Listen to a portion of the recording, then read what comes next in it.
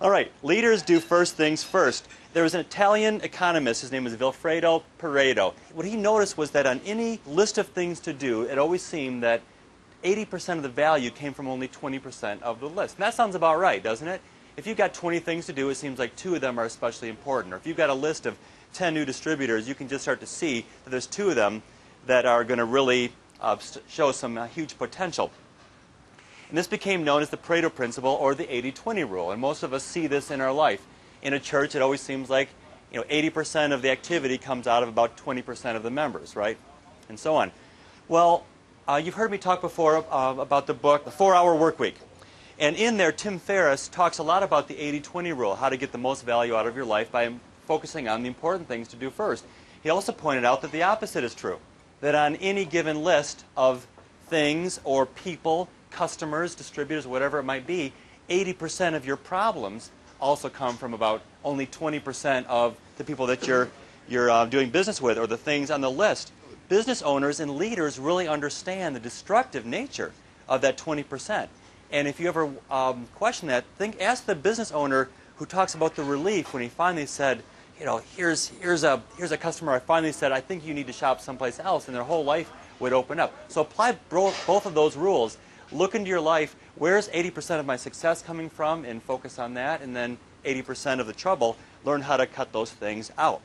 Number 3, leaders show up. Woody Allen, in one of his movies, said that 90% of success is just showing up. Hey, that's a pretty good formula. But we talked earlier about electric drills, and electric drills are useless unless they're plugged in. This is why meetings and events and things like this are so important. There's probably 4 major categories for why. Priority. I mean, in network marketing, it's a challenge to make like Wayora time a regular time. But leaders who start to organize their time and have some time every day and showing up for the events that take place, then this becomes a regular part of what they're doing. Learning. I mean, new reps absolutely need to hear and learn the best ways to present, and stories and testimonies like Bill, don't they? And didn't you? I mean, I think I had to show up 30, 40 times to start to get the hang of some of just the basics of this. And being around a group makes that happen. I think another reason why events are so critical is just inspiration. I mean, who doesn't come away enriched from a presentation from a great leader, or like Rick Deitch the other night? Didn't we just really get an enrichment from that? Sometimes, though, the enrichment is from looking at 2 guys down the row and saying, wow, if those 2 can do this, then so can I, sure. Then in relationships, I mean, it's simply a fact that not everybody makes money fast in this business. And people will join our business to make money, but they'll stay for relationships. Because most people find that personal relationships are just more satisfying than just sheer money. So there are always 2 reasons to be there: when you need it, or when you think somebody else might need you. Leaders are loyal. This is really kind of the difference between ducks and eagles. Ducks are bunched together on the ground, quacking. Quack, quack, quack. I didn't know where the meeting was. Quack, quack, quack. My upline didn't call me back. Quack, quack. Gas is expensive. Quack, quack, right? That's how ducks sound. Not eagles. They're up there by themselves, flying high, flying alone. They've got perspective. So the next time you hear people complaining, listen carefully, and you'll notice how much they sound just like ducks. Quack, quack, quack. RDA, leaders do daily prospecting. One of the most important principles I've learned is RDA, minimum daily activity. This means having a daily target for every critical action in your business. Knowing how many people per day you're going to contact, how many people per day you're going to mail something to, how many folks a day you're going to respond to, follow up, and all those kinds of things. Leaders have targets, and they know what they are. Leaders follow the system. Oh, you remember this guy, our UPS driver. In Wayora, our system is clearly this. We don't need to play doctor. We don't need to spend our time persuading people. What we need to do is become a good delivery person. Because imagine if you ordered a movie from Amazon.com, do you expect the UPS driver to come and tell you exactly who's in it and who the bad guys are? Oh, and there's a surprise at the end. Here's what it is, right? No. The UPS guy says, here and here, right? And here you go. Read this. Good luck. Enjoy it. We'll see you again soon. And that's really the goal of what we do here. And the system is to let the tools do the work. And leaders do that. And You will have people enter your organizations who are incredibly creative. And you'll realize that probably no one else can do what they're doing. And so compliment them. Say, wow, you're going to have people join your group who probably just aren't as bright or creative as you. But maybe you might want to try some of these things in a way that anyone can follow. Which reminds me of this, that leaders are coachable. And frankly, I have a hard time saying to somebody, hey, I just can't work with you. You're not coachable. But it does seem to get across when we might ask, hey, would you be able to work with some people who just weren't coachable, people who just couldn't follow the system? And maybe that would help get that through. Leaders are incredibly responsible. Have you ever said to yourself, hey, it's not my fault? Well, Dick Vitale, we got to hear him speak one time, and he says, you can con just about anybody, but you can't con the person in the mirror. I mean, leaders take responsibility. Whatever your situation is, that you got yourself there. And it's part of responsibility. Leaders are totally ethical.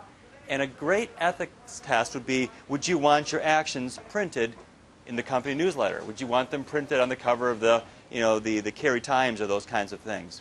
And so part of this, leaders keep their word. They show up at meetings. They return phone calls. Crimes and misdemeanors, Woody Allen said, business is worse than dog eats dog. Now it's dog doesn't return the other dog's phone calls.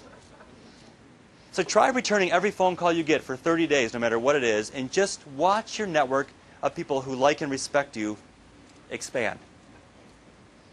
Leaders do others a favor when they say, hey, I understand that you're frustrated, but what are you going to do about it? Henry Ford said it this way, he says, chop your own wood and it warms you twice. Daily self-development.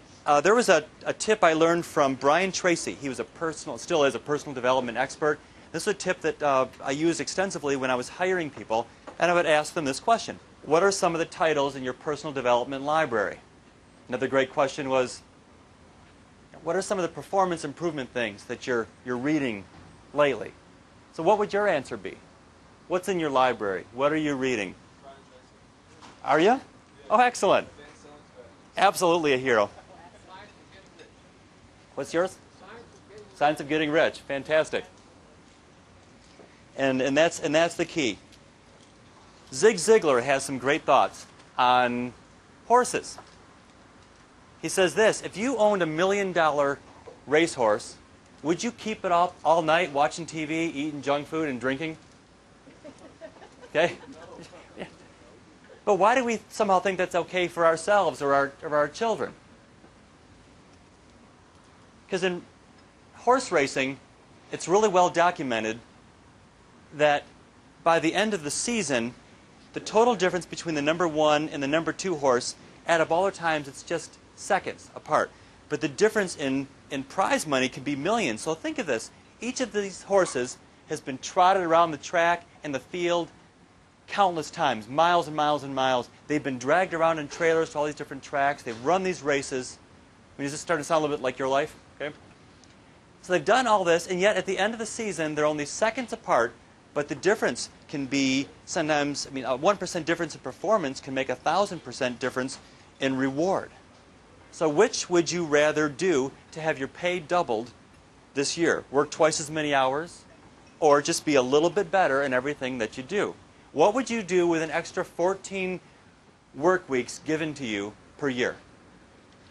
What would you do with an extra 14 weeks just given to your schedule? Well, the average business person drives about 25,000 miles per year. That's a lot of miles. That equates to around 550 hours of free time. Leaders don't just have the radio on all the time. They're listening to educational CDs. They're trying to learn more and more all the time. I'll just do a plug for one I think is fantastic. Here's from Rich Dad, Poor Dad, Robert Kiyosaki talking about the perfect business, or Jim Rohn and some of the others, or the great product CDs that we have. That's what leaders do just constantly.